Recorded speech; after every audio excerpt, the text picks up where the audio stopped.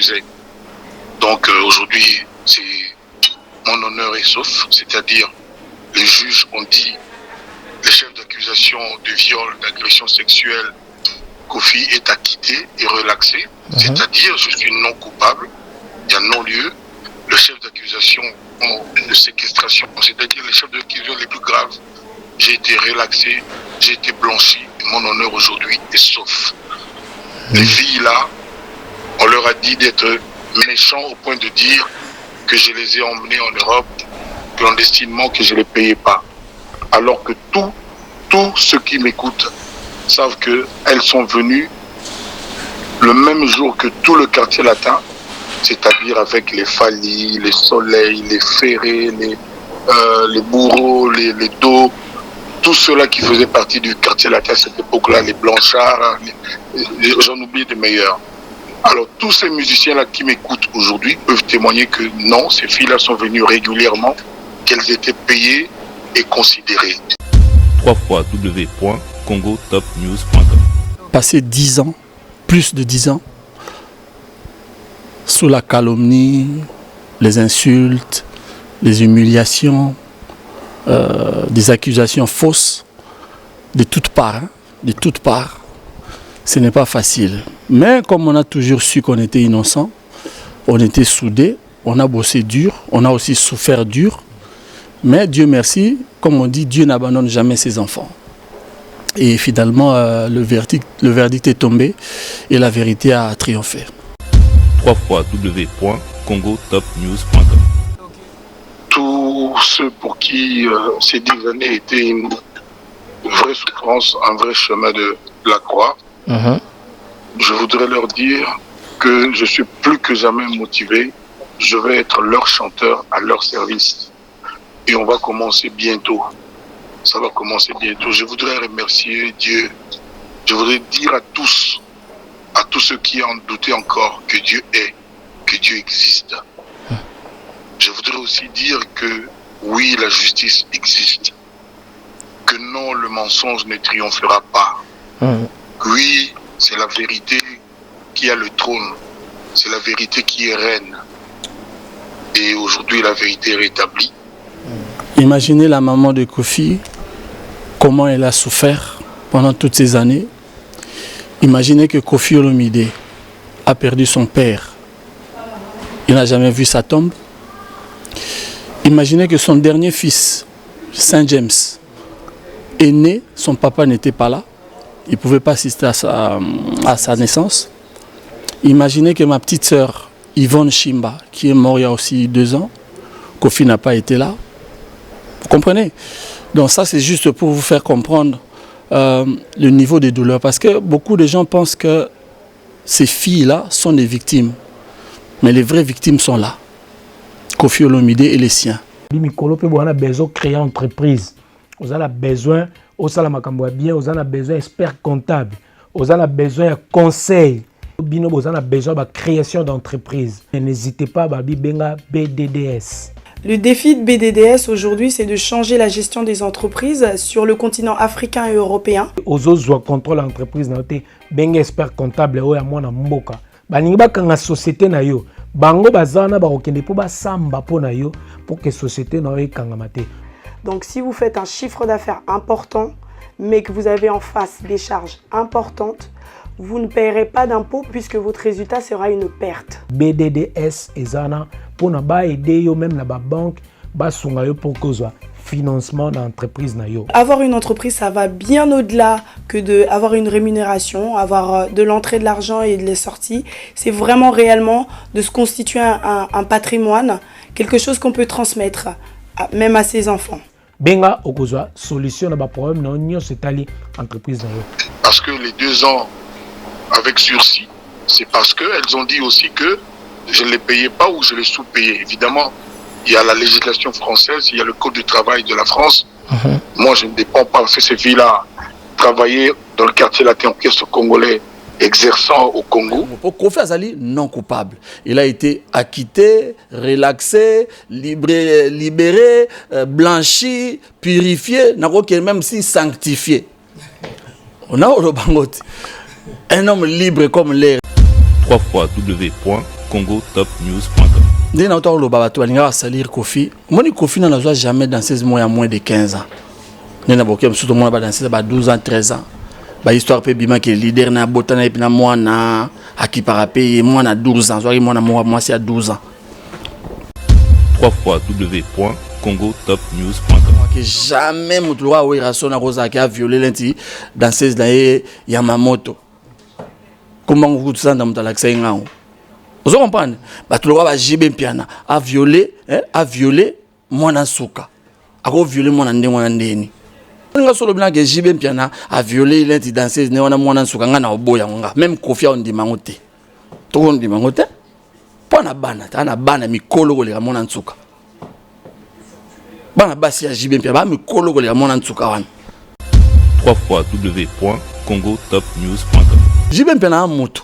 Oui, raison à moto, qu'on fait ça moto, fali, etc. Na ba musu so baza bato. Baza pena ba moral banini. Non, tous les musiciens étaient ndengona te.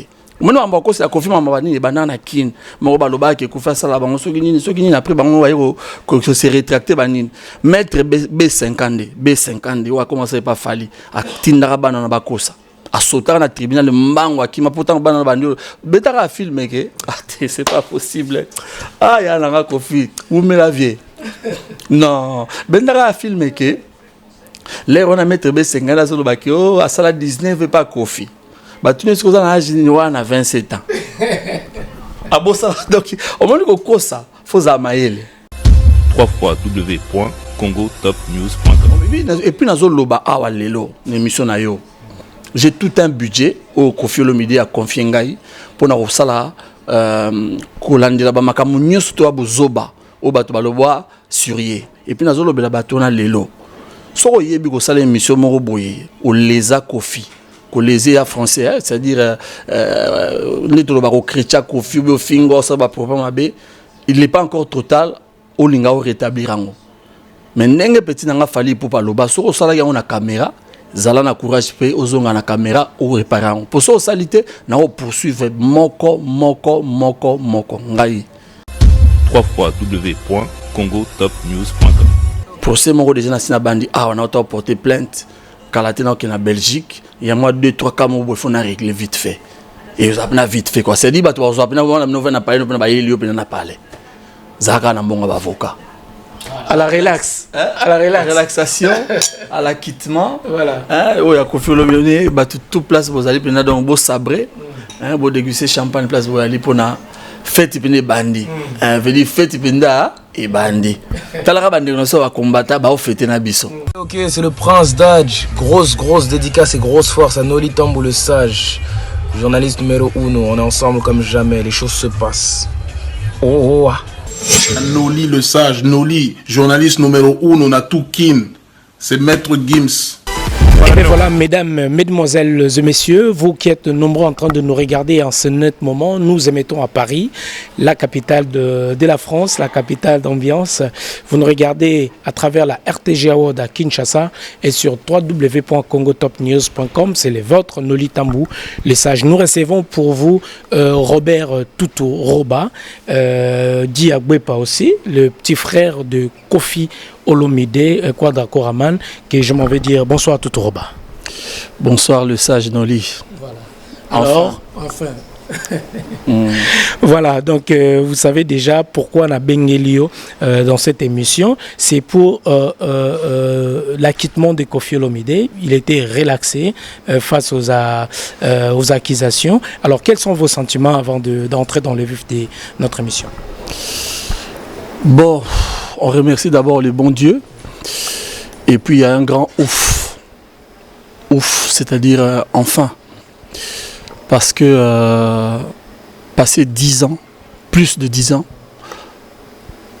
sous la calomnie, les insultes, les humiliations, des accusations fausses, de toutes parts,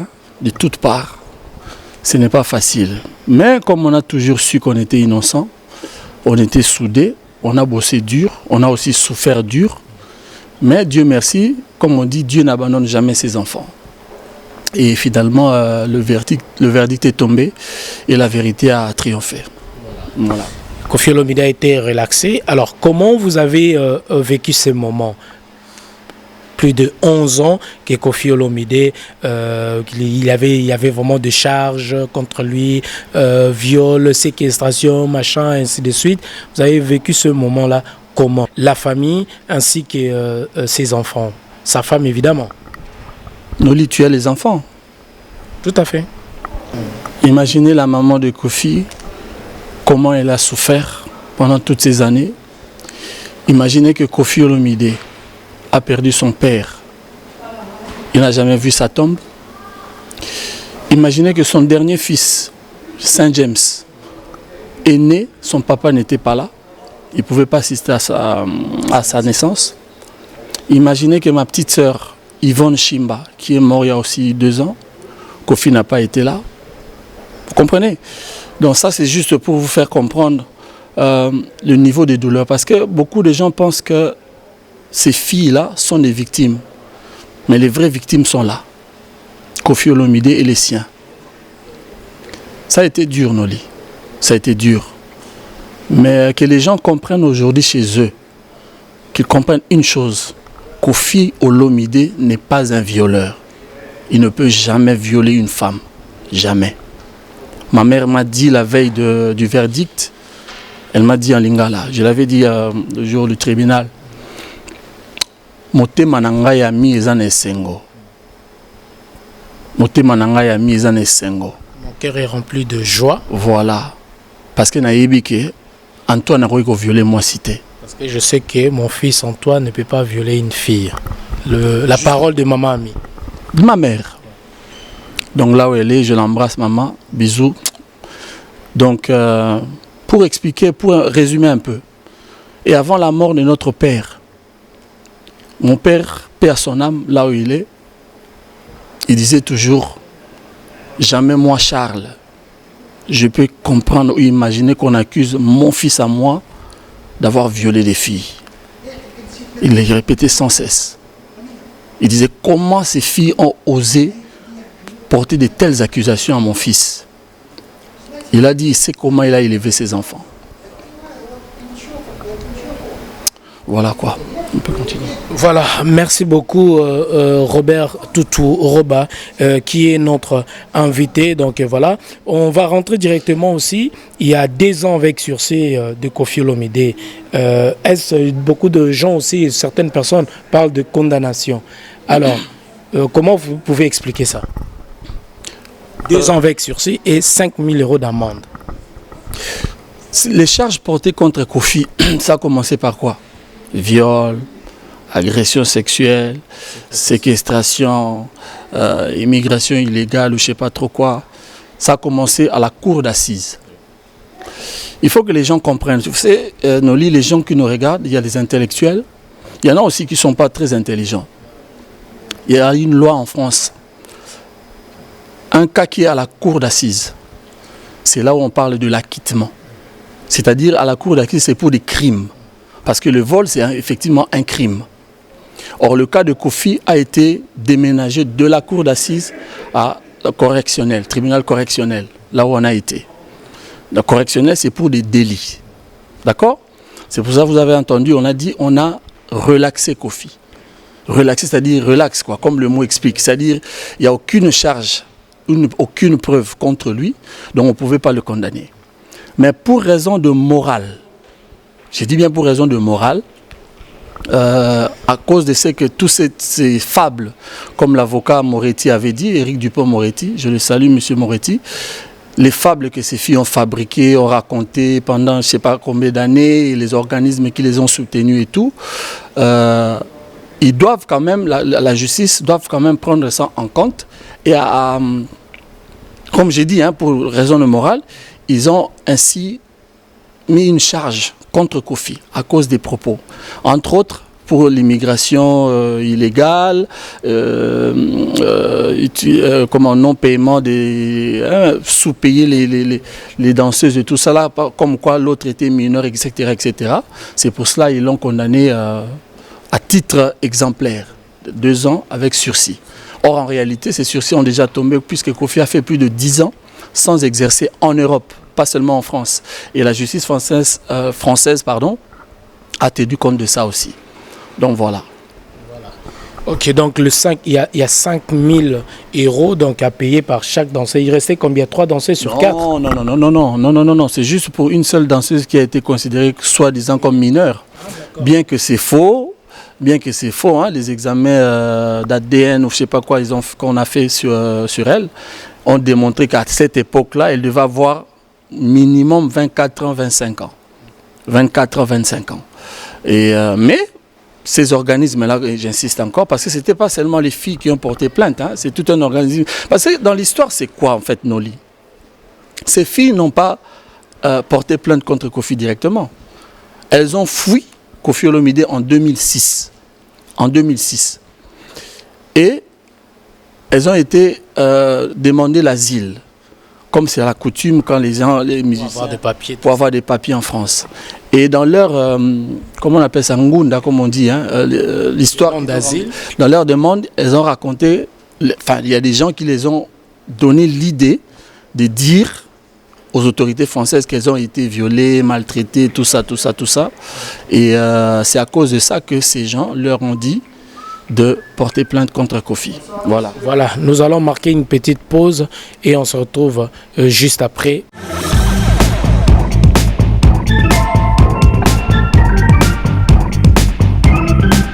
La société PVP Plomberie est la solution pour tous vos problèmes de plomberie chauffage. La qualité à un petit prix avec PVP, cette grande société de chauffage, tuyauterie, débouchage. Bayeli biso makamba kitoko et balobi, plus question d'akouza na bosoto. PVP est la solution pour tous vos problèmes de WC, tuyauterie, débouchage, réparation des fuites et remplacement des ballons d'eau chaude, toilettes et tout type de robinet, réparation de chasse d'eau, toilettes.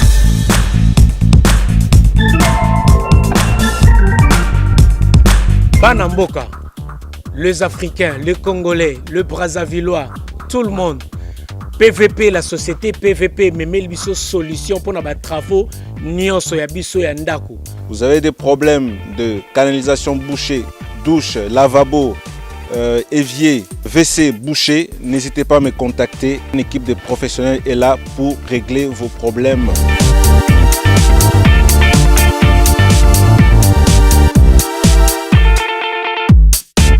Alors si vous avez acheté un appartement, une maison, la cuisine ne vous plaît pas, la salle de bain ne vous plaît pas et nous pouvons réaliser des travaux de rénovation pour aménager à vos goûts votre appartement, votre maison. PVP, la qualité à un petit prix. On fonctionne, on nous appelle, on vient, on s'occupe de votre problème. PVP, c'est la solution. C'est meilleur. On est très propre, on est rapide, on est efficace, mais à un petit prix. On peut aussi faciliter vos paiements. Vous pouvez payer en plusieurs fois. Alors, bino vous avez un problème de chauffage. Kobanga lisusu te. Bino vous avez un problème de WC. Vous avez besoin de débouchage. Kobanga te parce que la société PVP, il y a mon mboka. Et même biso qualité, mais na prix à moukier. PVP. La solution pour plomberie chauffage. Mais à un petit prix. PVP. Benga, pour que soit solution, n'a pas problème na yo. Plus question, ndako ton na bosoto. PVP, c'est la solution.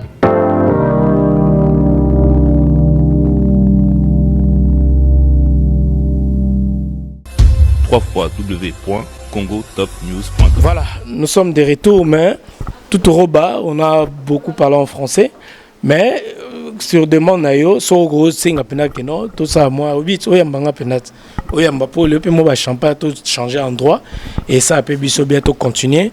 Et puis mesdames, messieurs, nous allons maintenant écouter Koffi Olomide, il va s'exprimer en exclusivité pour remercier ses nombreux fans. Suivons cet élément et on se retrouve après dans un autre endroit, place au Pena Bayambi Bisso, Total Ango, pour faire plaisir à Siam Lex Aigle Noir et à notre PDG Pius Mobile Mbayo à l'Arteja. Suivons ça. Nous allons maintenant appeler Koffi Olomide. en direct. Donc voilà, pour le remerciement à ses nombreux fans. Oui, il a répondu. D'accord. Allô, Yakofi. Là, je suis à l'émission en direct avec Noli Tambo. Il avait une question à te demander, juste pour saluer tes fans. Vas-y. Alors, bonjour Kofi Olomide. Bonjour Noli. Oui. Bonjour, ici Kofi Olomide. En tout cas, toutes nos félicitations de prime abord donc, pour l'acquittement. Alors, il y a vos nombreux fans qui vous regardent à travers le monde. Et qu'est-ce que vous pouvez dire aux nombreux fans qui vous regardent, qui vous écoutent en ce net moment, Kofi Olomide? Je voudrais remercier tous ceux qui ont souffert pour moi, tous ceux pour qui ces 10 années étaient une vraie souffrance, un vrai chemin de la croix. Je voudrais leur dire que je suis plus que jamais motivé. Je vais être leur chanteur à leur service. Et on va commencer bientôt. Ça va commencer bientôt. Je voudrais remercier Dieu. Je voudrais dire à tous ceux qui en doutaient encore que Dieu est, que Dieu existe. Je voudrais aussi dire que oui, la justice existe. Que non, le mensonge ne triomphera pas. Oui, c'est la vérité qui a le trône. C'est la vérité qui est reine. Et aujourd'hui, la vérité est rétablie. Je n'ai pas remercié la justice française parce que j'avais foi en elle.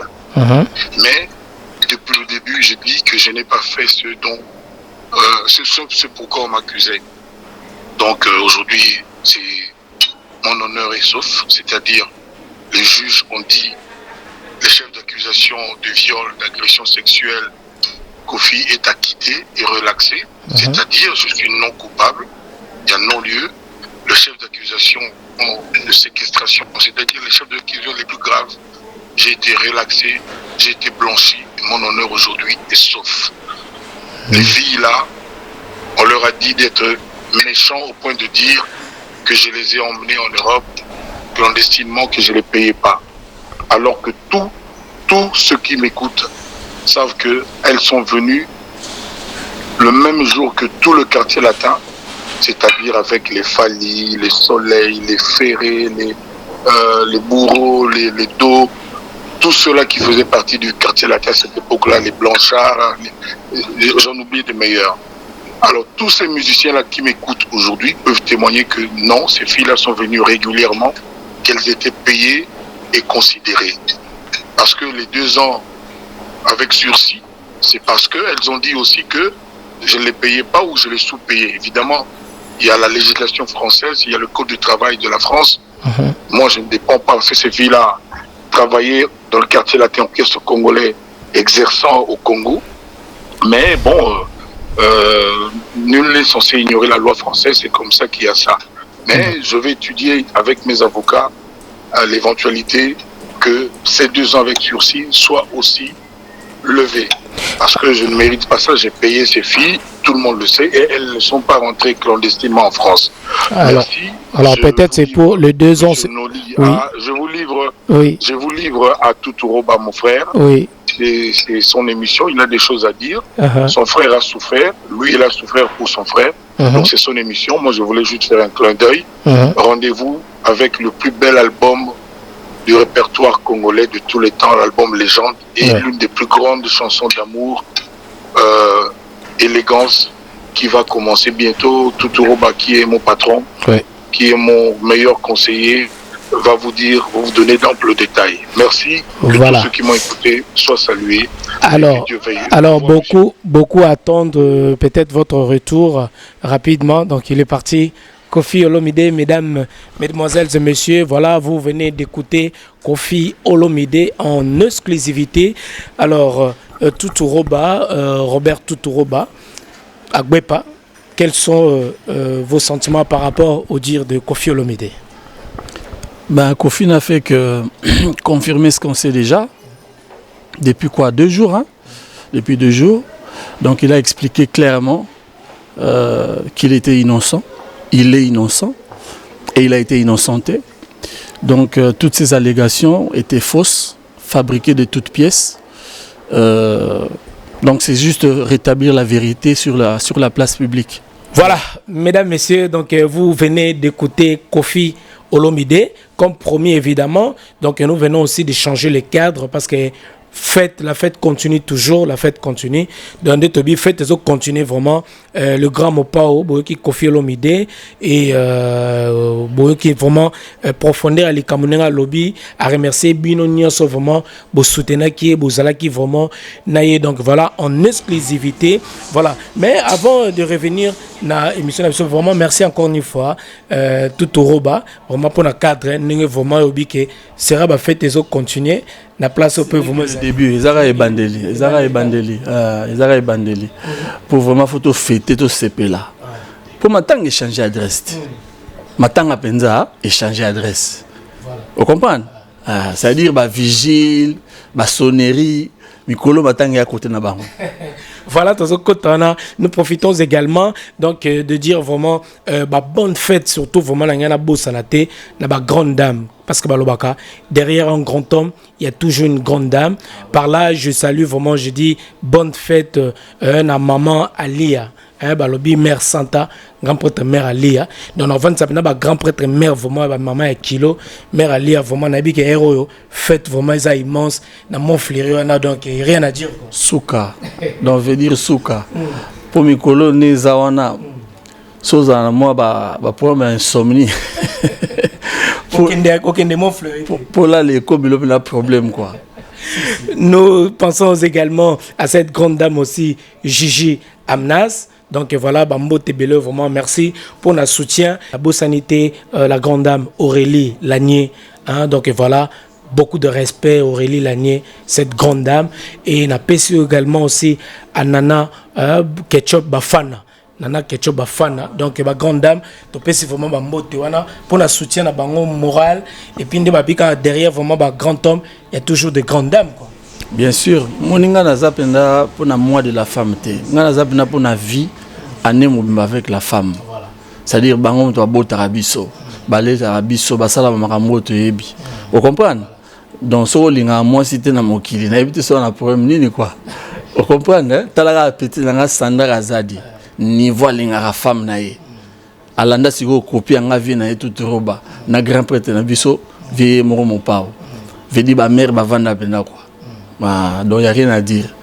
Bango tout on a bazana penda honneur na bino bonne fête boyebikaka. Bosani pété Octavie Lando na PCP bambote pour la mois de la femme. Voilà. Voilà, bisopé tobosani pété na pesi loko la ba Nathalie Bumba baza vraiment belé ba Olanda biso banana imboto nana imboto respect na bino surtout les moi ya ba maman. Alors tous on mbala moko directement on a vu faire notre sujet tout roba. Derrière ça tout ça que misomoro awana Sandra Kazadi batupi bazo ben belé, il semblerait que il y a eu plusieurs leaders aussi ou bien certains musiciens au bazaki peut impliquer dans le dossier Oyo. Est-ce que c'est vrai ou bien Zaga Nenga peut-être Sandra Kazal ba na monipe moi batebele ba réagir tout ça le roi pe na zuyo o meka mpe ko expliquer biso par rapport à makambwana. Siko noli yo pe na nengo za no kanza inenge Sandra Kazal ayaki kokosa. Makambo azolo ba devant caméra bo kokosa mamandengo. Non. Omoni batuana veut dire bango ba ozela pena ke Koffi akufa zinda donc veut dire asila limo na mokili. Vous comprenez? Pour Koffi Olomide a sali bitumba abundi bitumba pendant près de 11 ans le boromo le kolomonko. Ozolanda pour la musique tant ozo voyager surtout en Europe musique na biso. O voyager ko s'est évoluer en Europe artiste bango ba yebi ndenge ni handicapé bango. Mais ce Koffi malgré ba makambo nyoso tout tala ba musala sali banda zawana banda azo ya potote. Vous comprenez? Donc les musiciens on a moni ba corrompre ba fiwana pour ba continuer ko presser ba charge à l'okuta ko ba accusation les alaka nengo on a tout ça mais le lokola a échoué to mi tout na plan B na ezanini pour na moment ba to bazana offensif ezabiso mission on a nabi ke bota comme tembe ça na téléphone na ba preuve ça so lingi na ko biso bo confirmer na ke ya na ba preuve na te mito tokola sango ate pona to non zani ça moni l'air mususu okanisa ke bato bazoloba pour rien ba preuve eza ba évidence ezali ba évidence pene ezali azaka ye moko te azana ba jo mususu bato moko boye via eda trop na vie vous comprenez pour mususu mona pena kazaki ne vigile ko voye le midi a aider yo à l'action ba makamoko boye ke na mboka osali ki vigile wana bato ba osala ki vigile yo mon père moso yamba événement munene olata na mo brassard osala ki vigile non ndingo message pour musana yango wana mais lelo le mususu abaluki la kofi le mususu te abaluki la kofi comme mon appelle tia ko osala poser en kofi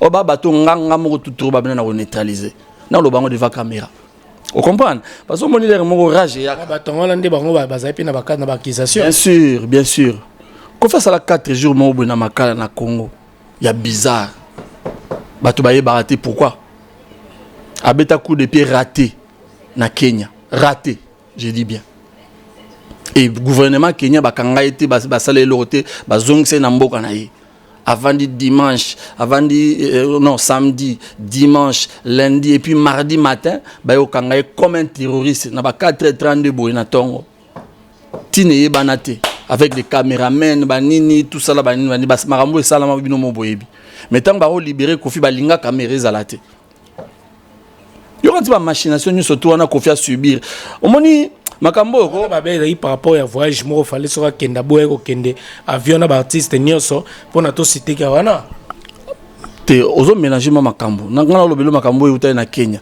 oyo zo lo ba makambo susu c'est dit na cas de cas ba complicité wana kaka on a vu la charge pour peut-être kasi artiste moko lelo peut-être tina otanga komonizate o ba pesa ka responsabilité wana sala ke Kofi Olomide voyager ba vieux mona ba Jibe Mpiana ba Zakari ba Babaswe de fin Papa Wemba et les autres et ce que responsable à Voloana Zakari ba Babaswe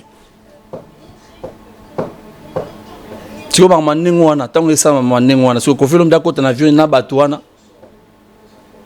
Non, moni eza makamoko lelo ya lelo tanto loba eza pena tina tout te loba makamona trop lelo eza ndi makamoko nini biso to sala Kofi Olomide zo remettre pena makamona en place c'est-à-dire mutu na mutu azonga na place na bana so dans ba mwana bendana vous comprenez pour na que depuis lundi ba 14h boy ba artiste belé ba olala bien te na bato moko boy mais congolais ñu surtout a motema malamu babenga Kofi pour na féliciter biso ba auto zo ba message donc sans cesse papa ni de ça pe mission mon Marie-Paul père féliciter qui na c'est côté de bataillon alors pour recevoir artiste monsieur Soubien le Croix d'Azur quand même appelle artiste monsieur Soubien ba message ningi za ba remerciement bien sûr bato ba évoluer na motema na ba malamu bazali ba vie le rôle ba Jean Goubal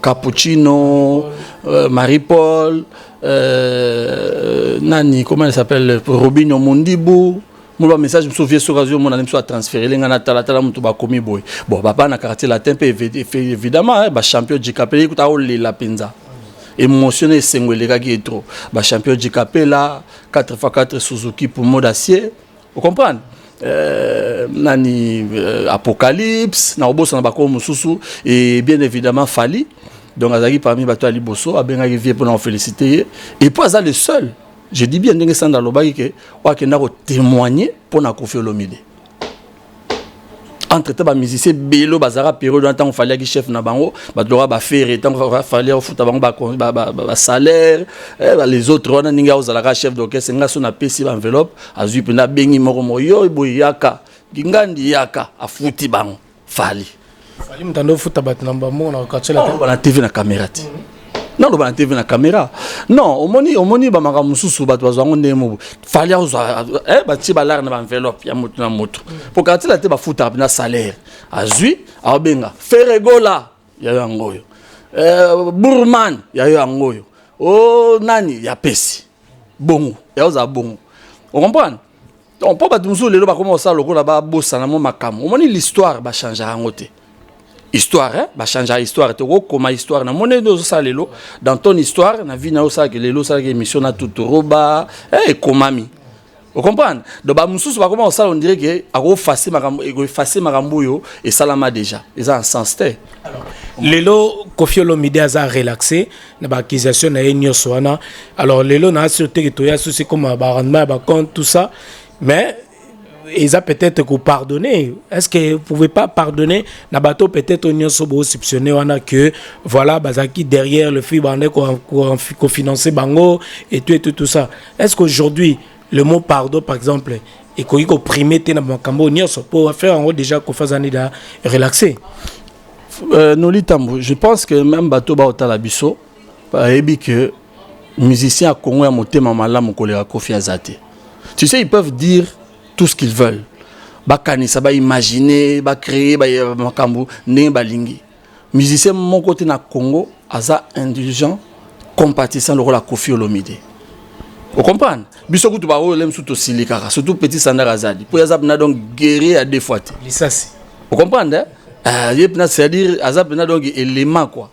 Baba sodo ya mona na koyé mona Vietnam na tandi mboka mbabalali. Mahamusu tango ya rapna mona lemso ya Koffi limbisi. Mona pina zo na non ya Robert Boye mais to yebi nzambe. Koffi limbisa bato tout bayebi. Ana bolingo ebele. Omoni?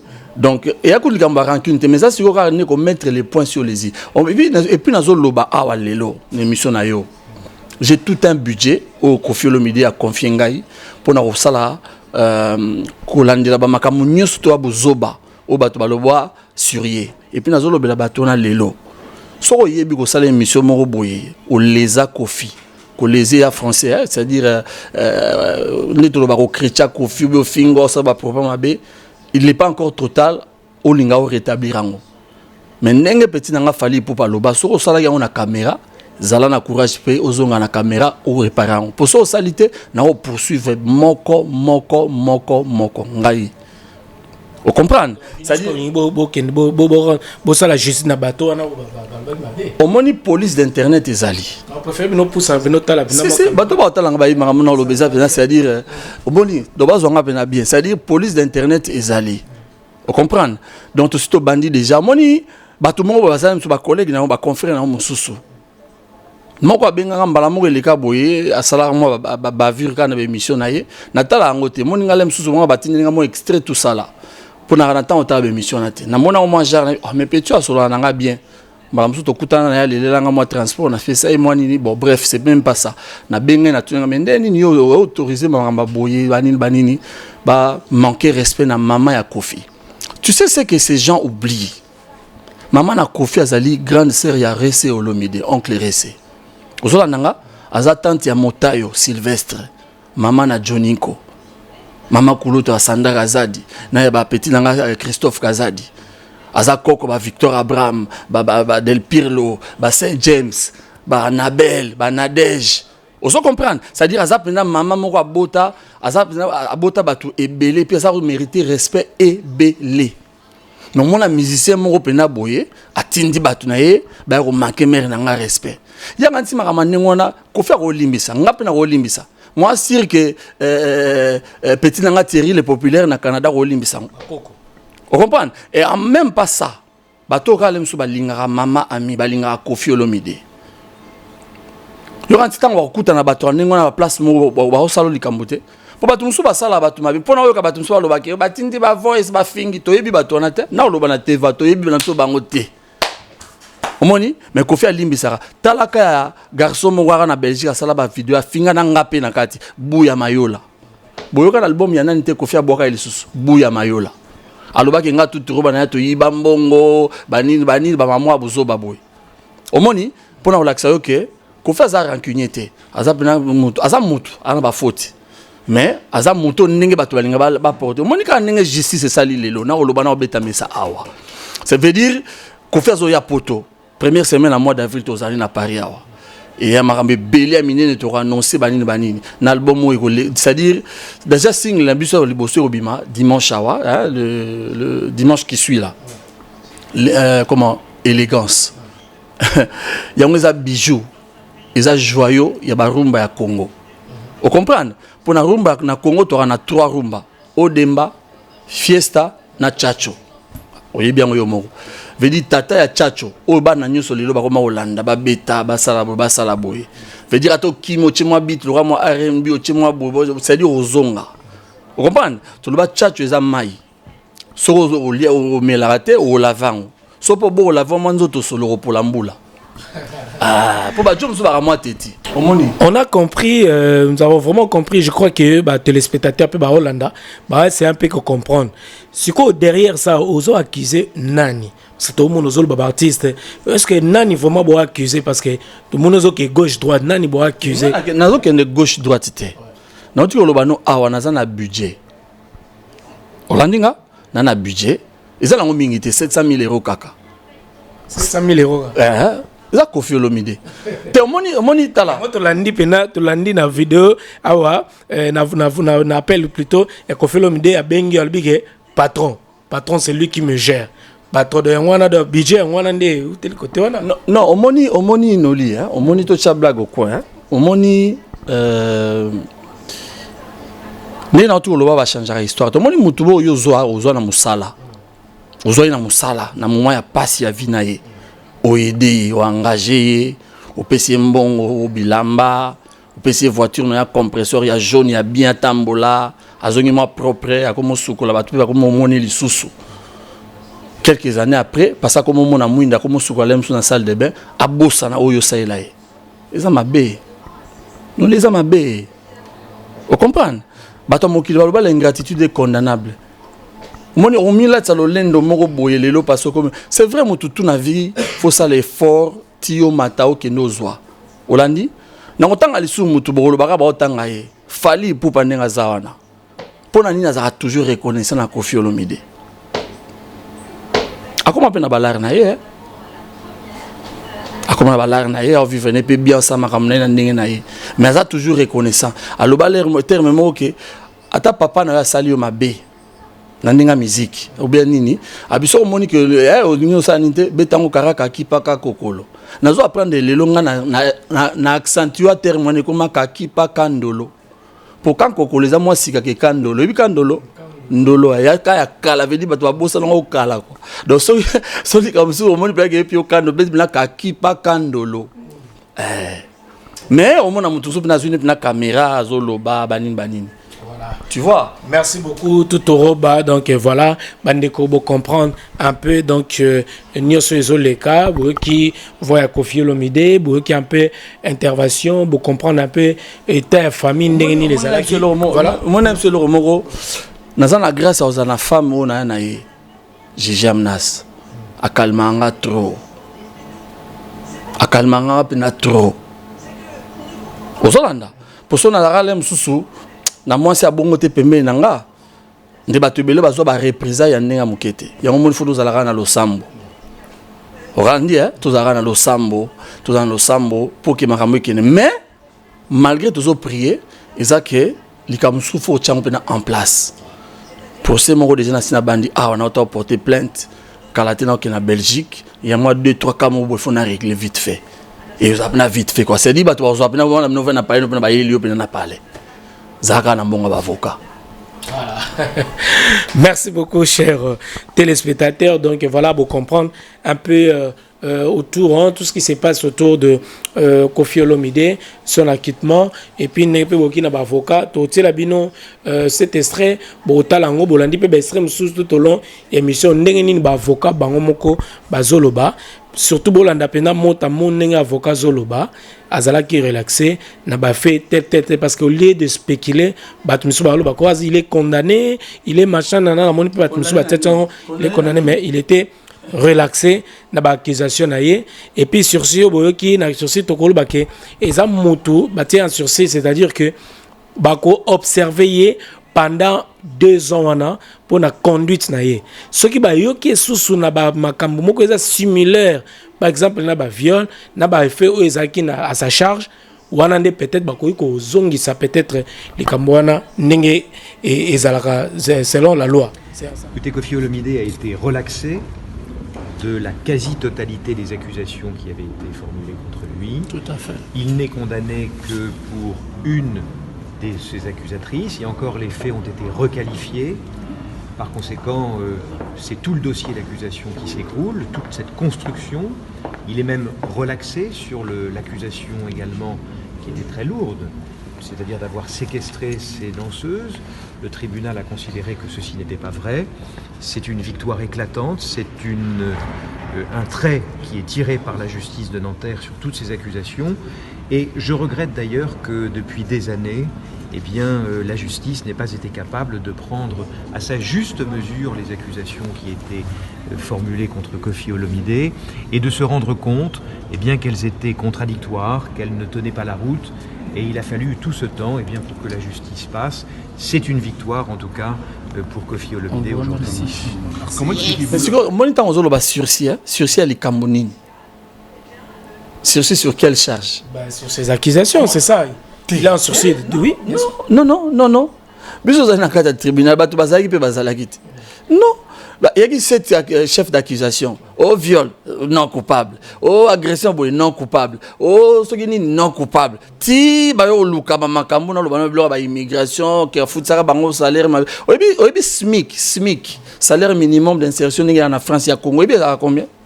Il y a Congo. Il y a 58 000 francs congolais, plus ou moins.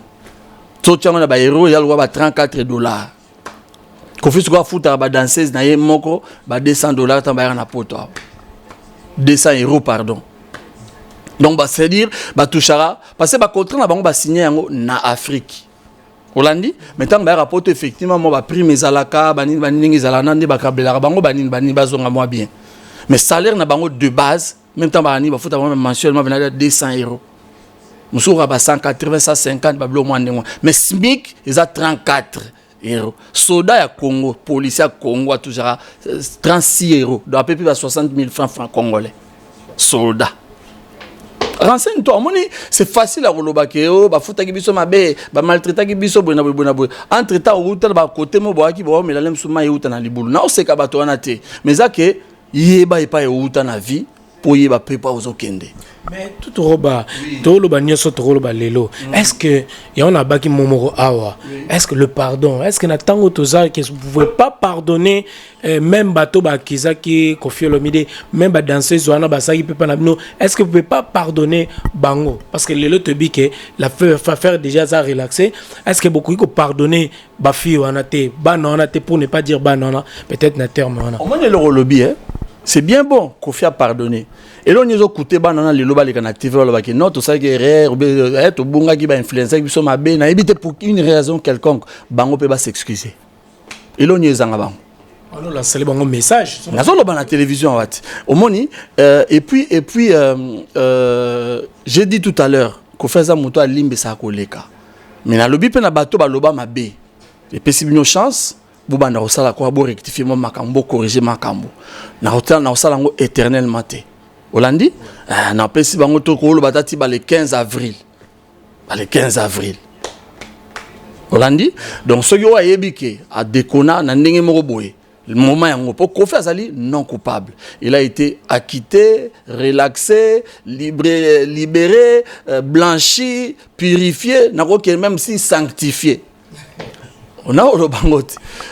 Un homme libre comme l'air. C'est-à-dire, nous avons senti que vient en appel pour tout la mukanga de mikolonio sur l'air. Mon ponga la mukaba quatre na osambele la bateau. Après natini la bomba message. O bayebi bayambaka. Na sambele la bateau, natini message nzambe tout ça la vie na après au monde to bando développer ba l'air. Mais après ce combien de mboula récemment à l'école lobby so buto à lundi na mardi à l'école na pongi. À la mungi ba 8h12. Ce qui est rarissime, donc on a idée. Pour qu'on fasse ça, dit sans réveil, au moins 4 mois et 3 mois de ça, la mouki. Moi, message, on a bêtini, tout ça, bani. Bref, c'est ça quoi. Merci beaucoup, chers téléspectateurs. C'est le vote Noli Tamboulessage. Donc voilà, tous autres continuer avec notre invité. Donc voilà, mais au pénatori qu'on retenir Awa, et ça qui est Koffi Olomidé a relaxé. Alors, Batuming Bazotuna, Koffi Olomidé à Kozonga en France, quand précisément son retour en France et puis n'habiter jouer en aux Andeni Santa Kazadi et ça c'est voilà nabiso donc voilà et Andeni Batuming balbaki parce que tamboli à Koffi Olomidé samedi kako à Zonga Batuming pour balba est-ce que ce qui a Zonga est-ce que Barokanga on va pas l'arrêter encore est-ce que on a une question là pour battre benginga trop donc na tribunal ba image kotaki en tout cas je dis aussi un grand merci na bato balandi sur na Kinshasa RTG alobezaki KO na zone ba appel a bongo te vraiment ba benginga dans les passe ba mbongo landi biso na jobo otay na RTG na part pena Sandra Kazadi na comme si vraiment Sandra Kazadi il passe ba mbongo vraiment na jobo biso Sandra Kazadi a donné na mona batadi ya boye parce que to bandaki na ye abelanga noli ozo ndimate bandaki na ye Sandra Kazadi il passe ba mbongo il y a 2000 fois on a un problème batika petit na tranquille non na oki question lobi na ngate non na ndolo bakeye na ndenge pina retour na ye ah oui et puis bat balande lobi na RTGA qui na Hero Show tomber quoi kiodo mais musala kitoko kiodo na réalisation to a confier ça ngakutu moto retenir to temporiser mon makambo pour single et Rubima dimanche oyo vous comprenez élégance et Rubima on rap mbate fo moi single za mwelo moi eza bien talaka confier lo mine bato babula ki na 10 ans wana au salarié atonga 4 palais 4 Afrika 4 ya te au palais au moins ndenge mo bo ça dire au centime na palais 4 abimisa abracadabra abimisa 13e apôtre oyo to les cas dans sa boss comment album on comme kiminga oh ça comme ba single ndo tsa ba son kasi on a zolo banaoti et puis tout et kanga et cartona tout ozolanda c'est-à-dire c'est faisait geste et le ko talaka ba titre ba tu ba tchaka na ba internet wana même ba tu wana mes frères vraiment na éviter place Mozali ba titre lokuta o coffee boye au monde makamode ko boye on na ngamote ya mabe pamba o rezaka ke image ya mutu fuzonga na ndenge sengele zongela omoni en plus nazanga mokote nazapena na ba avocat ya ba professionnel mindele manager bazali ba attaché de presse à solo bazali ça les a toute une équipe où ils ont établi en place dans tribunal Arsenal ya ba avocat pena ba Suisse ba nindo ya une Arsenal ba avocat vous dépensez belé hein ça c'est gros hein bon omoni na vie hein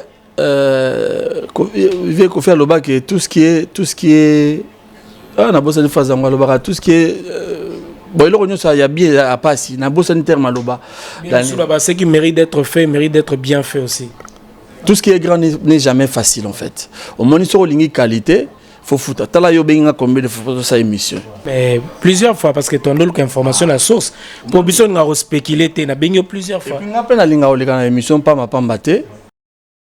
Au cœur de Kinshasa, la capitale, découvrez SB la principauté, hôtel et restaurant.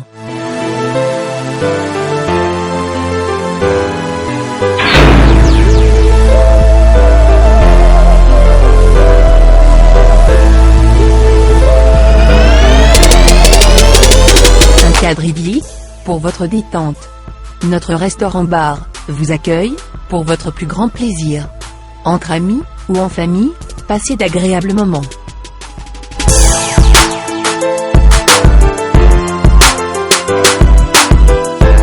Pour vos soirées grandioses, il y a notre salle de banquet VIP.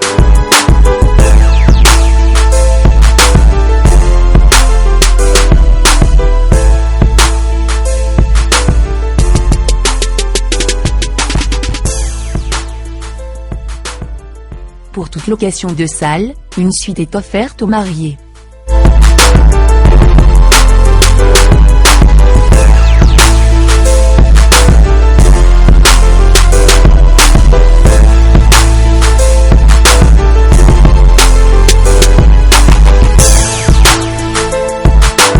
Découvrez nos suites et chambres VIP, ou simples, aménagées pour votre plus grand confort, pour des nuits inoubliables.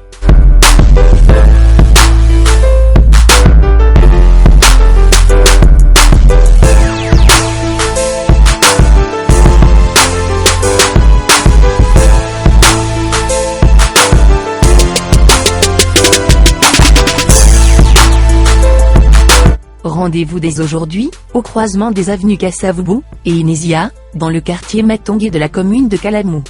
Contact 243 81 513 20 60 plus 243 99 99 14 310.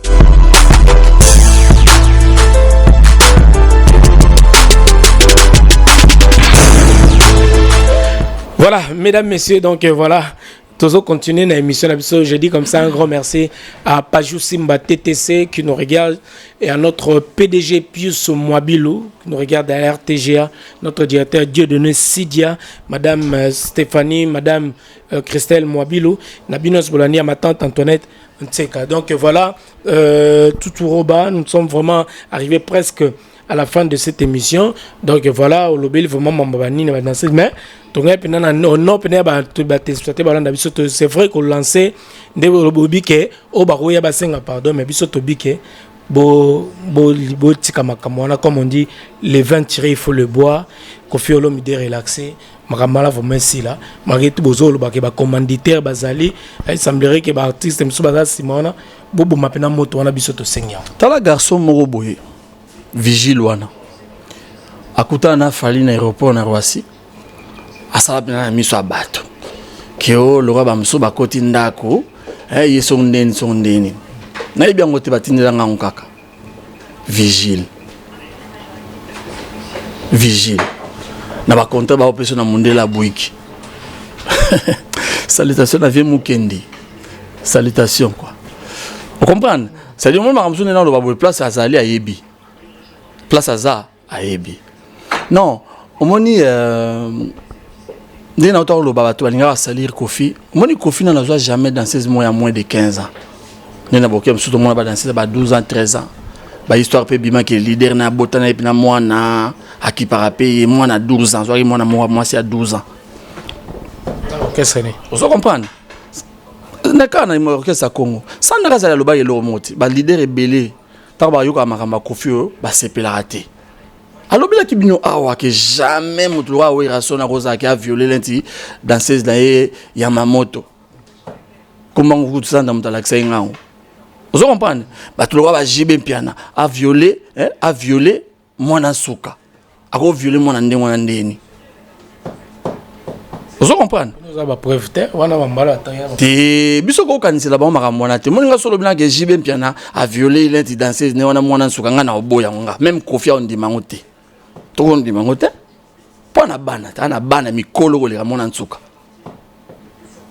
bana basi ya jibe mpia ba mikolo koleka mona nsuka wana vous comprenez pourquoi quand c'est là ba to manengo wana c'est pas gentil jibe mpia na moto we raison na moto ko faire moto fali etc na ba mususu ba za bato baza pena ba moral banini non tous ba musiciens neti ndengo na te omoni donc mais dommage ezaka ke na makambo ekwela Koffi ba leader mususu bazora pena tanga tele mususu balika pena ba media baloba ki ba mbona bana ba okosa po bandanga na kin mwana amba okosa Koffi mama bani bandanga na kin mo baloba ki kufa sala bango soki nini après bango wayo ko se rétracter banini maître B50 wa commencer pas fali atindara bana na bakosa a sauter na tribunal mbango akima pourtant bana na bandi betaka filmer que c'est pas possible ya na Koffi ou me la vie. Non, Bendara a filmé que les on a mettre B50 là sur le bac à sala 19 et pas Koffi. Bah tu ne sais pas na 27 ans. Ah bon ça donc au moins que ça faut zamaele. Ça va calculer na mineur ah il a 27 ans les wana. Malobi ka sala c'est pas 19 pas Koffi à mon la Koffi sala batuma beba na 8 ans quoi. Yo mon sco jugé. En plus maintenant 8 ans tant qu'il a garde de corps. So Koffi na garde de corps à mon 8 ans. Bande mona ba congolais Koffi Olomide mona makambu vient ngai tikara toleka ça la bino ndeti yo pena boy petit frère ne pena pop bo même na ke bien ba ndeto bito ba fake news wana be ba telo mo bet ba lo ba personnellement pena ndeti yo za mona mobali et ça la pena ndeni et puis pardon dans 16 moko ba yebisinga ke akinaki pa Koffi so neni ni Koffi abo aider banini. Or dans ces zones-là, longuement la quartier là, ça va 12-15 ans boye. À côté pas bawaze quoi, Burompela, habitant à Borké c'est belé. Maintenant on a eu problème curieusement aéro Luka Koffi. On n'a même pas Koffi. Mazole quand on a média le barakio, Koffi boye comme on est sur ne sur babuzo bana balokuta mo boye. Entre temps zo bossa na ke, yé wana kaka à Kosaka à l'époque que Koffi a remis les sabango ba masu ba bêtise. Au batina ba on a mettre B50 à vivant. Maintenant, on va mettre B50 dans Kosa, à l'objet qui a 19 ans de travail et pas Koffi Olomide qu'il avait 27 ans. bato batala biso bango ba juger quoi. Voilà. Mesdames et messieurs, comprenez que vraiment tout le monde a que vraiment ba charge vraiment eza ebelé, marambeza vraiment ebelé. Donc tout au bas, tout zela vraiment na arrivé à Koffi Olomide et ça la biso bien. Merci bien la carte de place au même biso. Nous yomor le bibi nous s'offrir vraiment Ba champagne en ba champagne au s'offrir vraiment chambre vandi pena donc au kimino mwandako. Ngana yamba yote. Te mère autorisé qui na za koto pour tout ça une émission. Au moins aux journaliste, chroniqueur, au salamusa na bien, au barosa sage et puis ngamo na constater aux sage. Au moins va mettre Gims va après Sarayo, Koffi Olomide après Sarayo, ba Vidja Nana, ba ngamo yo, même mère na palais. Au moins mais ba collègue no misusu. Nyo sauté misusu. Mona wafana na émission moko boya ba benga ka ba tout moko boye ba loba ma besir Koffi, ka ba même question tout na bango kaka musu mona yamba ba 2 3 4 fois. C'était objectif ya moto ne zaranini yo bengaka batu mbalo batu na banga makamba salaki bino ninyo basa okotu na bango teke tango sala pa Koffi est-ce que ata idée to tongata mwanda ku ou bien idée ta mwande kona yo est-ce que voilà on comprend. Merci beaucoup. Merci bien la champagne. Tu vois. Voilà. Donc non, c'est rien. Mais là na yo faites les autres. Voilà, ça se passe en direct donc voilà. Merci. Merci beaucoup. Donc mutomo sa émission mo c'est dire o la mo sa maramoka ma bekaka. Et puis tala ngoningi zaki bien ciblé quoi. À ça la rango mais tant Sandra sa l'émission avant verdict koya mbala mo enchaîner sur 3-4 émissions. C'est malsain, c'est malsain. Au moins que les gars na air musu na émission le roi mutomo sérieux, o lo ba mongo dirait momi. Vous comprenez? O lo bon dirait momi, ban cheve belle, donc bref. Totika kaka. Moninga na mukolo na koki na mamusute na nengwana mais ce n'est pas gentil. Non, c'est onoli. Ozo seka.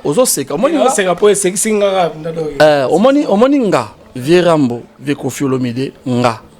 Petit Sandra, to lenda na nemoza na idete. C'est-à-dire non seulement total à ngote, mais écoute arabisote. Bato ba souffrande sikoyo ba ya biso kaka. Vous comprenez? Ba ya biso. Omona mutu ngule msati. Tanga omona ya mobo ba ye o no ba sanga ba menace ba créera ba greco ka pona ba intox. Nde ba loba. Papa na ngai pe asona maloba na biso lo moko auto appliquera pena la lettre. Alobi ne t'engage jamais dans une bataille où tu n'es pas certain de gagner.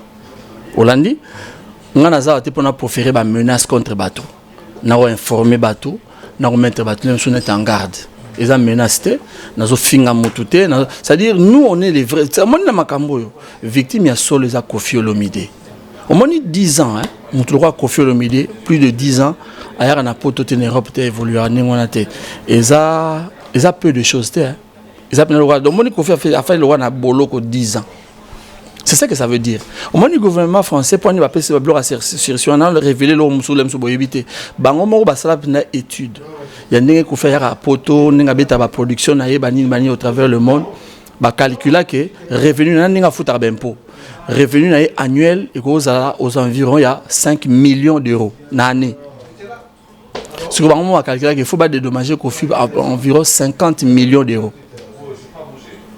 Ozomona ba blora le roi ba succès le roi ne ma garantie moko boye Koffi a la bango te bani mais ba voko na biso ba zobate donc quelquefois un malheur est bon na maramususu mais Koffi a souffrir trop noli a souffrir ngana subir ba maramu moi tantôt ça net ba album le roi ba 13e apôtre via benga ngale msomona so bana ba 1h40 bola la te butu butatini fichier boye et télécharger ngana yo ki on a les habits tout zongi si boye moi si ngana kana loba asala ba kangara motema ozo comprendre ye moko ya salama azolo bana yo mona tindi boye moni makamusu na sala kana ko loba na TVT mais na peso ka moi par exemple mi kemike ozolanda OK asali bonwa non ya Koffi monio eza boete mais Robert yo peut dinga bité même conception à pochette on a 13e apôtre ndo mona wana et salama jamais je dis bien salama jamais na mokili izini en plan 5 na salango artiste basala kuna na Europe eza ba Rihanna ba Jay-Z Beyoncé bani basala ba album ba toana ba loba langa ki jamais basala eloko anengwana donc comment on dit ils ont conçu ça exprès pour na Koffi. cartonné avec livré à 56 pages en couleur, na ba texte banzembo etc. Et ça la maté. Donc ça a pris beaucoup de temps pour nous salango. Donc batou ba mon arrêt le bimi, boye batime baba na zebola, ba bloquer belé tout ça là entre temps. Tala ka ndé vivre après ça qui va combo, bo fingi mais tellement ça maïe le olegabino aller l'art. C'est-à-dire to lia pena la rabana zebola bien. Ebola. Tanga bandu matsa ba riban qui oh vieux ebola en concert batou ba fâché. Tala ka batinda so général Kanyama. Bien que les années m'ont condamné n'était mais Babylon c'est-à-dire bo fingi asailango ngola ba fingi ke tata mukolo bana mo baleka bo tata mukolo sa to betele bino dance tata mo bimbaye talaka ndezo kanga mokili ngana kenda ba boîte temela sanda tindela ka mo ba isse www.congotopnews.com ba bien fa kofi ba tout faut ba reconnaissant au moni na robetoneti moi anecdote mon histoire mo boye. Moni Suzuki 84 période mo ba sala album à quartier la taille na nzembo na imo boye ba répétant déjà faut qu'on un album banini leader mo pe boye azali na même nzembo na somba ngo compositeur ngo Pascal Poba a viva parolier na kini na lemba na PC mo te place azali tina te una bomba titre nzembo ngo le fait de l'amour oui comme on a oloba Suzuki a vivant JB Mpiana a vivant Pascal Poba pas à vivant, compositeur en Zembouane. Vous comprenez? Oui, nous avons répété na quartier là. Il fallait qu'on ait un album ce qui a ultimatum ou bien droit de veto, je sais plus. Au moni, tant que nouvelle on est banaki, artiste on a eu le baana, ayarab na au bon de la Kofi à l'époque, vieux tala kaka album aliboso vieux tala ngana leader boy na boy tout ça banin. Basala Suzuki mabe via boya pena ke Suzuki abimsani o mama na loba Lucas Suzuki na interview tourner mambo na loba tu baba bien fa nengwana ça dit ba boya Suzuki abimsani pour ko tika na pe Suzuki bimisa na yepa bimisa taliban mais Suzuki ba boya bimisango o moni mais au mon artiste wana azalaka ne boye bika azalaka mais tina te reprendre la haine nzamba sa sur la grâce bolingo ile kebele o moni pour yemo place azana ayebinga bien to yebani bien tu es bien.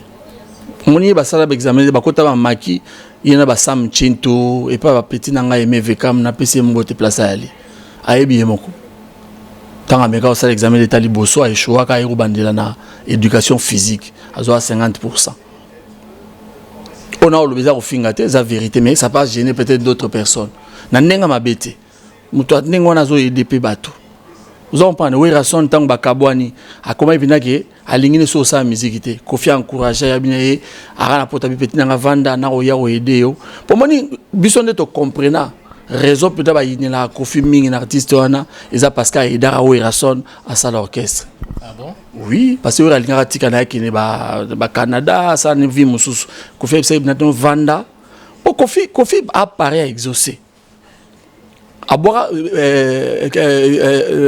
exaucé, on a soutenu un album à loi qui bouille sa pimpa papa n'exaucé voilà papa n'exaucé qui bouille sa pimpa na loi 95-96 Aboira exaucé pas exaucé mon m'a pas ta place à zana so mutalo ba Kofi soit ka ependa bref pour tous amulaité donc Batou Kofi a aidé bazébé dans le monde de la musique. La gratuité. Voilà, donc attends ma bezali, ba solo laka, ba rangera les linges sales, pardon, ba le barasser là en famille. Donc il faut que y ait ba pour toi bateau. Mon dans le banoir que ngana ko kantate que ba leader on a l'impression boulé que ba violara ba danseuse et puis yo au banoir financera une des danseuses pour que no lo ba mabe sur moninga ba maintenir ba makambo banini et ça mabe na vigile wana.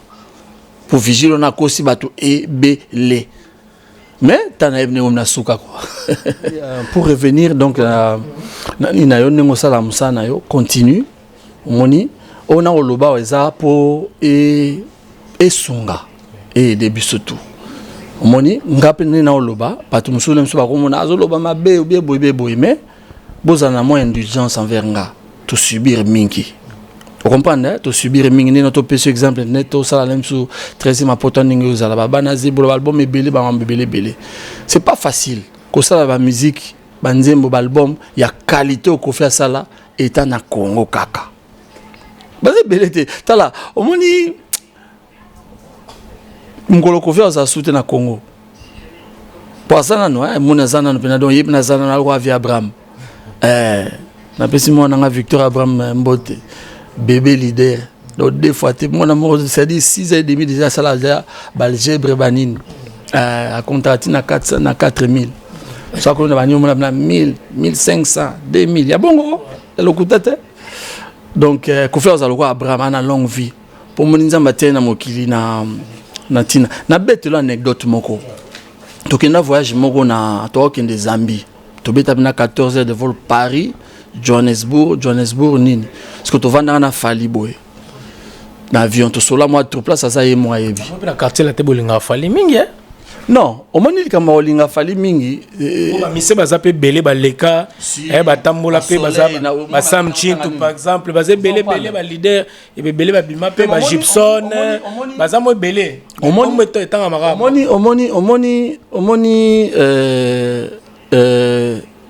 l'orchestre, tant que il y en a battu à apporter quelque chose dans l'orchestre. Ils appellent un bateau orchestre et apporter là-bas quelque chose.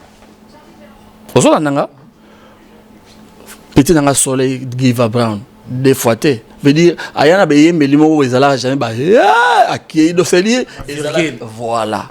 C'est-à-dire ça, à ça, nettement, école na yé pareil, fallait. Les musiciens, ils ont un logo original. www.congotopnews.com.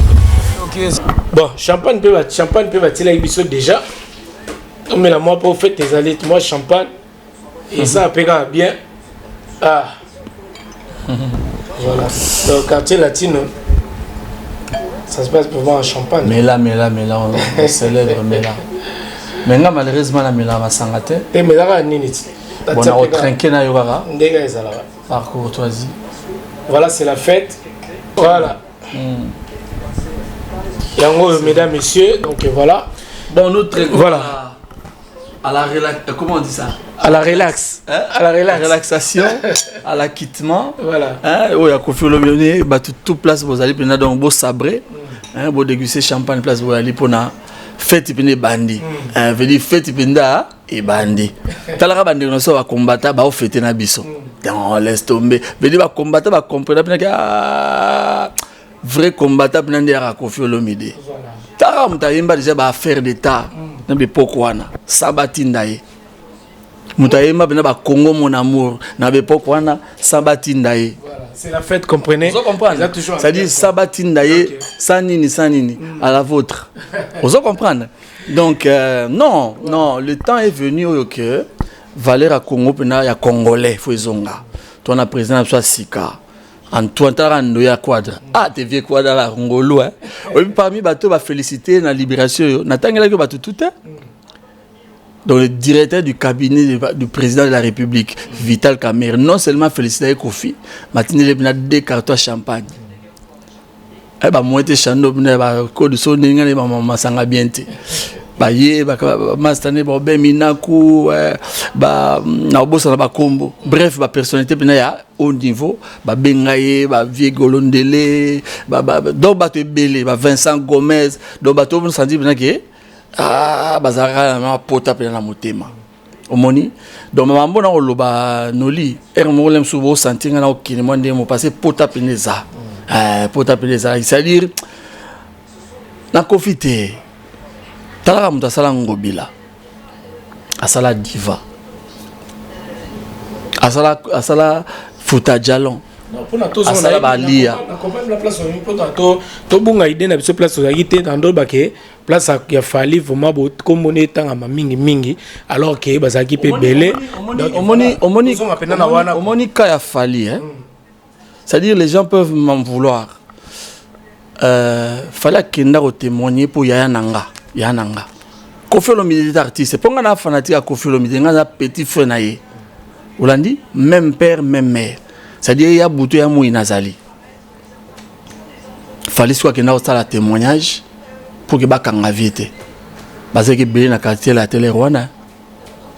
Au moment où on exagère, c'est exagération. On a les lois, on a la vérité les lois. Il fallait que les Kofi côté mobile, il n'a pas limité ça n'a fallu. Non limité ça n'a pas mouton ça peut pas faute. C'est ça que tu t'es gelé, c'est-à-dire que bola mon sous, mon tago salon na vie, au bossa na te. neti batu mususu baza kofanda pena na ndako ya molili bamela mai ya mabolo mais likolo Koffi Olomide okoma na ndako normal pour sa car oyeba inde bazwaka passeport te bazwela passeport mengo na poto obi okoma na galère moko boye omoni mais moto na aida ya sala ki okoma pe koide famille lelo pokoma mwa likonzi ya famille na bino mais lelo à cause de x y raison osala ko bosana non à part fallait la procès na banani sous parce qu'il y avait pas de danseuse Fifi maman ministre nani Fifi maman ministre talaka fille nengwana pena na makamu na lelo abala bota bana na ye na ba business na ye na pesi mbote place ya ali des bisous on est sûr voilà akenda bina ko témoigner ça déposition na ye bon na ba danseuse muso zalaka bonne ozalaka bina bonne mona musala mais oleka lelo na te vous prétendre ba makamu bolo bozo bosana c'est pas gentil ngana ko finga mona moi cité pour ça encore musala mais faut que talaka l'air moko côté la place aux outils ne si vous okende au comme bien tu comprends vraiment donc voilà tout au roba tu comprends na bato voilà ndabiso ba comprendre vraiment donc surtout zo pena tout ça li en gros le bi ki na bato pena ba le kaka ba lo bakai comme ndire li kopa moko bo batmo ba le kaka chaque fois ba lo ba mabe kaka le kopa na bango et aboutir te c'est dire ba boka li banga me ko ya kanga na likolo na mopepe non moni tant on a assez à Ponayo, à Elirio, nani. Beaucoup sont appelés, mais peu sont élus. Bah, élu, bah, ramingité. Ah. Au moins, le problème à Koffi, à l'Obango, bah, tu vas le rôle légère. C'est-à-dire, ils ont passé à Koffi. Oh, ils ont problème dans mon toutou. C'est pas qu'ils ont problème dans mon toutou. C'est-à-dire, à où met trop na succès. Trop. C'est-à-dire, Banda Sala single, na Liboso, Princesse à Senze, la meilleure chanson de l'année, là, on a des étudiants. L'étudiant le plus célèbre du Zaïre. On appelle 19 à 20 ans, voilà. Vous comprenez? C'est dit banda wana akenda kaboy. Tanga tonginda kuna liboso, tanga sominda kuna liboso na bandal. Ba musicien belé ba ba fana na ba coin, ba ka bela lineta ya quartier ou bien afira de fabanine. Omoni mais lelo mona bana fandi pe na teva zolo ba ole moi le ventre comme on dit na rondo mo boye ba tezoti kaka. Merci beaucoup chers téléspectateurs que vraiment na souka na pesi mbote na bato bolanda biso vraiment tout vraiment peut-être un mot pour na belle-sœur na ngatu ba lelanga fort nga pena lela bango fort ba belle-sœur na ngai RTGA, le PDG, Pius Mabilo, Hollanda, Sandra Zadi, Atsagi Tembe, Amoni Pina Force RTGA, téléphone saturé, Batali sur la Brazzaville, tout le qui na 12 pays Afrique à travers la RTGA. Michou Matan de la place à Zakouna, aux États-Unis, na Maine. Hein? Maman Bernice, des gros bisous et à mon abino, on est à toi. Surtout Zoni Bakota Paris, on continue la suite après. Tous les cas. Merci beaucoup à l'RTG, à notre PDG Pius Mabilo. Mon beauté, c'est moi batna kin tout ça donc il a bat balandi pebiso. Tom na biso na souka. On moninga batwaza mo ebele hein, batwaza mo pene belé na pesi batunyo so mbote la bourrenta. Veut dire mannequin ba bota boroto. Izebola. Des fois te Barry White. Veut dire Jomo Walinga meke ba premier ko le kaki bo oh sali bo sali ala ti la barabe masolo ba marambo ba. Izebola papa ya Shine Stone. Yeah, moi, je n'ai pas joué Stone que je salue, brother. Donc voilà. Hello guys, where you are? You know who's talking. I greet you all. I love you. You know that. And my boys, keep doing it. You will reach that point where I told you you're gonna get. Shine Stone. That Shine Stone. Tuzana Vianney. One lifan tonanga. Shine Stone. Nasiko Vianney. Vedi aza le rôle à Ozuba Arkeli, ba Babyface, ba Teddy Riley, Osangisi, ba yalo kwa so boso na zoni na Congo zulu kola ba Philippe Guez, Koffi Olomide, ba Vita Bulo Sangisi tala mwana nanga na zanang abeta guitare, drum, mayemba, karapaka, koma banzembo tout. So ba to abeti na YouTube ba mona salaka single mo ba aventure ka bo ya bango na bango bana mike 10 millions de vues. Voilà. Nous sommes arrivés à la fin. Mbote na ba soldat na biso na kin. Petit Nangaï, le général Badiago. Ah, au sentir, vient le loisir que c'est lui à sincère. Bah, petit Thierry Balox, Nani Patrick Balox, bah, Real Madrid, grand prêtre Sipo Jazz. Na obo sanebele, bah, papa Faustin, c'est-à-dire, la mona ba fidèle, na ba patron, na bon basé belé. Mousso la papa Kabongo, papa Kabongo, bato baza mobile na famille mobimba na obosana ba diamant vejoninko bato baza ebele na poto awa babe maziku tananga na bosana petit na ngai mokonza ba yoji Chibo Apula veut dire bato so ameka ba yoji me ba comédien Chibo Apula na babe maziku talaka babe maziku akutaki Suisse ayaka pona Verdi Karambo malataki collection ya yoji ba uta 2 jours avant de batchaka mon samedi na magasin et na lundi 2 fois te voilà autonga 4 palais na kin voilà merci beaucoup donc na pesi Chichibola par Sandra Razadi mbote na ngwana Chichibola wetu donc voilà donc comme na souka est-ce que vous êtes vraiment à l'aise dans l'émission Oyo peut-être un mot pour cette émission non. Voilà donc comme na vraiment na souka pour clôturer parce que le temps nous est imparti bato balinga nzambe au moins surtout linga nzambe ma bébélé au diminuer vous comprenez hein?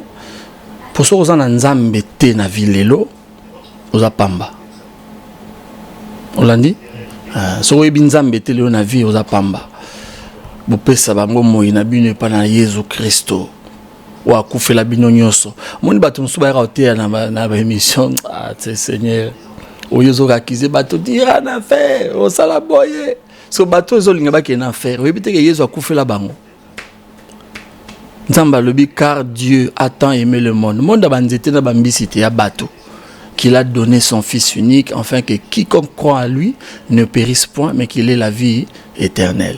Tellement ils allaient zoé et les ba nature ya nzambe.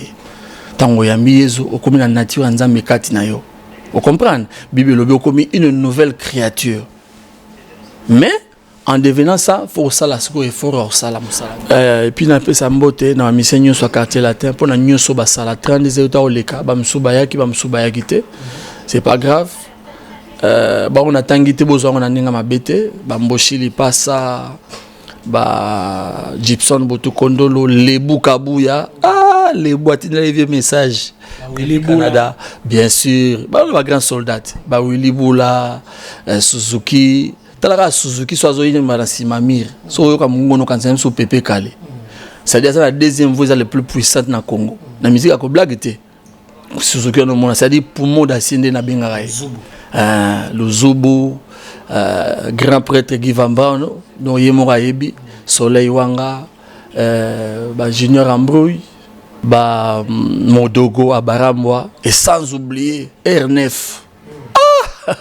Veut dire R9 ou bien R9 depuis tu ça va né c'est-à-dire je te croise à l'imqualiboso dans Londres, il y a un événement. Talara ke les rona wenge bara bangotu. Parce qu'il y a les adversaires na bangoto à l'époque. Depuis moi na bien, moi na bonne famille. Moi depuis que moi na gana sala ndulu mais na moi na bonne famille. Ça va nous na vie moi na likonda fort ba kota ba Guinée kuna. Na pesi mbote place à aller. Tara ninga zala kaka. Donc c'est dit na mona salité te. Seul musicien nga na yebi na somba ba Weston na ba kroko banda kala ba 90 15 azala ba Weston na ba kano donc talara tilelo. Donc ça on mukele so ba 112 pera kroko. En tout cas na yebi na kitoko donc kitoko fort. Donc c'est pas vraiment ça qui à l'aise et tout donc émission na yo eza émission mo bien. Moni noli nzamba lobara mikitisa ya otombola yo. Mikitisa ya otombola yo wa garçon mo sa msano bien. Tant sanda za olobela makamno kala ba feri dokina ba kinwana na ozoma boye na mona na mwa makamma ba yombe banini ndimo muntandu mwanini ya tribalisme te me ba za mwande mo boye tu l'as raisonné pendant la santé ça va tes émissions déjà très bien félicitations talara ba grand artiste ba soutenir yo ba sponsor na yo émission na yo na mona ozana ba mpona correct okinda kaka et puis bato bo sa mission mo musala mona noli boka mo tetango bo na immeuble na 12 étages vide pa beta ka boy mo mo la t-shirt mo éviter la poche ne niveau mozindo ezakuna talaka yo sala nga émission alobi na nga vie o changa ta 1KT abi ngo pesa nga infanté ka yo sala nga émission donc des fois non mais félicitations je suis très content continuez ngozo sala nzamba pambola yo na famille na makambo nyusu ke liboso quoi voilà merci beaucoup vraiment pour l'invitation Yambi biso vraiment très très bien dans la moni vraiment touti place aux autorités on a pena donc même biso ti na quatre pena ya chambre ba place aux apena accueillir biso awa ozo sepela nous bopé misamutu vraiment to féliciter bino en tout cas les années c'est ça pour la culture na biso surtout faut na to sauver ango. Merci l'invitation, merci à vous tous donc voilà la considération surtout l'artiste Nabiso Koffi Olomide d'avoir répondu aussi on a appel Nabiso Nabino News vraiment vous étiez vraiment nombreux à nous regarder. Merci beaucoup la chaîne RTGA et continuez de vous abonner sur www.congotopnews.com. Donc voilà, Bino Nyoso, ba Mbote Belé, on se retrouve pour un autre numéro. Peut-être, on se verra avec Koffi Olomide na Roissy Charles de Gaulle, Tozangate, pour nous accueillir vraiment na accueil moronde ba triomphal vraiment ça la bien. D'ailleurs, on a un des 3 Congolais na Obenga ba journaliste congolais ba yana émission ba couvrir événement pour tous les na ba chaîne na TV ou ba signer na biso déjà. Bon yoza na Olobango oza une de bateau na Obenga. Donc voilà, des autres on a Sandra Kazadi a décidé. Voilà, merci beaucoup, merci pour la considération. Merci à Sandra Kazadi toujours babi recherche. Babi yonde pina donc ibenge coaché on est ensemble. Petit nanga mo na bossa na pese mbote. Fego. Na bibi yonde bolinga na trop. Faire gagner la merveille. Il y a ça petit pina palais. Yona ipna fo bossa ka boye. Ah mutu na penati Fego. Faire gagner la merveille pena ki to trop na solo na téléphone hier so avant-hier no solo na ye. Baza ba petit ba moni baba na pina quartier latin. Bato bakanzaka ni na fali lelo mais apena petit donc akina na idéologie so da pena donc kota efanjo. Maître Manix bloqué bango à suivre.